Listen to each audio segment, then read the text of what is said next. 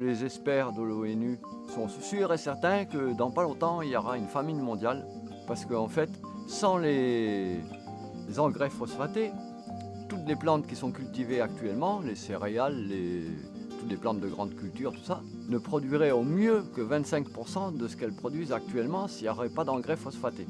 Ça va bientôt arriver, parce qu'il n'y a que 2 endroits où il y a des mines de phosphate, c'est en Tunisie et au Maroc, et qu'elles sont quasiment vides. C'est tout à fait la fin de l'exploitation minière du phosphate.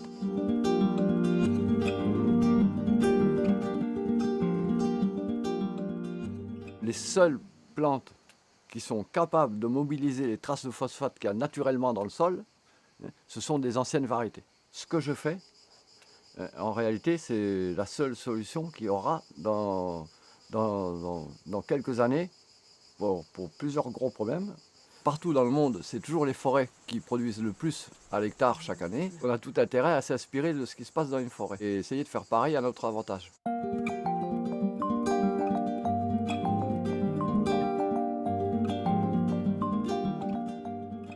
Depuis plus de 20 ans, je vends des semences.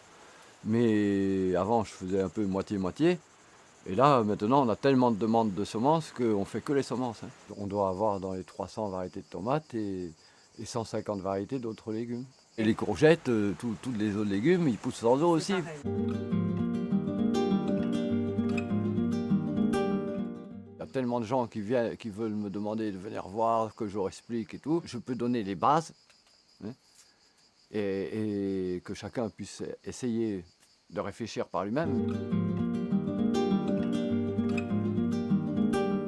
Je fais juste en sorte que les plantes apprennent des choses au cours de leur vie et le transmettent à leurs descendants. Par exemple, pour la résistance aux maladies, depuis 30 ans, j'ai décidé de plus jamais les soigner, même avec des trucs bio, même avec la décoction de prêle ou quoi. J'ai fait exprès de jamais les soigner. Une plante qui attrape par exemple une maladie, si elle arrive à ne pas en mourir et à faire des graines après, eh bien, les graines qui sont les plantes de l'année d'après, eh bien, elles seront résistantes à cette maladie. Il y a eu un peu des pertes, mais bon, elles ont très vite appris, hein, à résister. En fait, ça marche, quoi. Juste pendant le mois d'août, j'ai récolté 15 kg au mètre carré de tomates cerises. Et les grosses tomates, eh ben, c'est entre 20 et 25 kg au mètre carré. Et sans une goutte d'eau.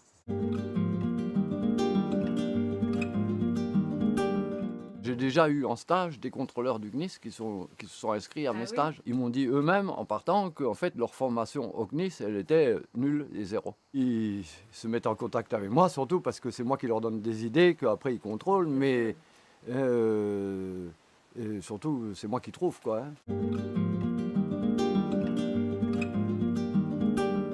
Moi, ce qui m'intéresse, c'est surtout les plantes et mes enfants, et c'est tout.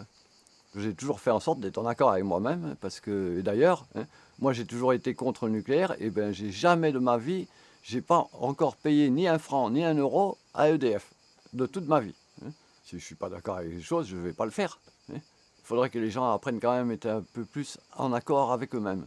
Ce serait pas mal. Ça résoudrait beaucoup de problèmes sur la planète.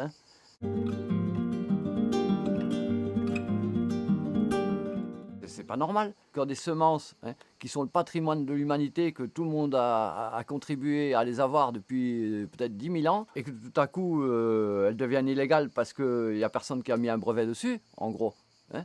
Et ben il y a quelque chose de pas normal. Pour moi, ce sont des réglementations qui sont illégales elles-mêmes. Voilà.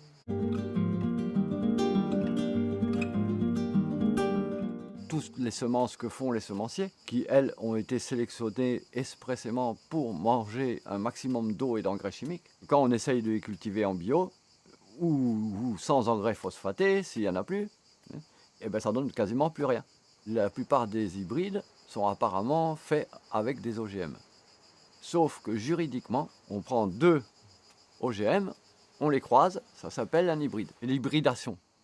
Il faudrait arrêter de raconter des bêtises, parce que l'hybridation, c'est un terme commercial. Tout ce qu'on a appelé hybride F1, ce ne sont pas des hybrides.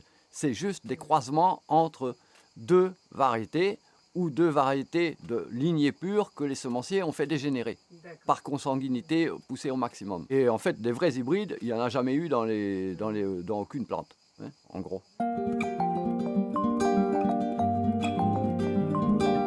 S'il n'y a plus d'engrais phosphatés dans quelques années, eh bien, ça sera la seule solution pour pas qu'il y ait une famine mondiale.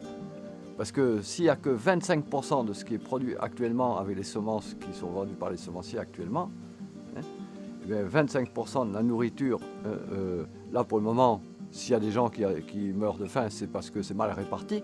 Hein, mais s'il n'y a plus que 25% de production, il y aura des famines, y compris en France, aux États-Unis et partout. Hein. Et quand on dit famine mondiale, c'est pas une blague. Voilà. Donc tout le monde sera obligé de recommencer à faire la même chose que je fais et probablement que, hein, même si c'est pas trop réglementaire maintenant, c'est pas pour rien qu'on me laisse faire quand même, parce que c'est la seule solution pour qu'il y ait des gens qui puissent survivre dans l'avenir.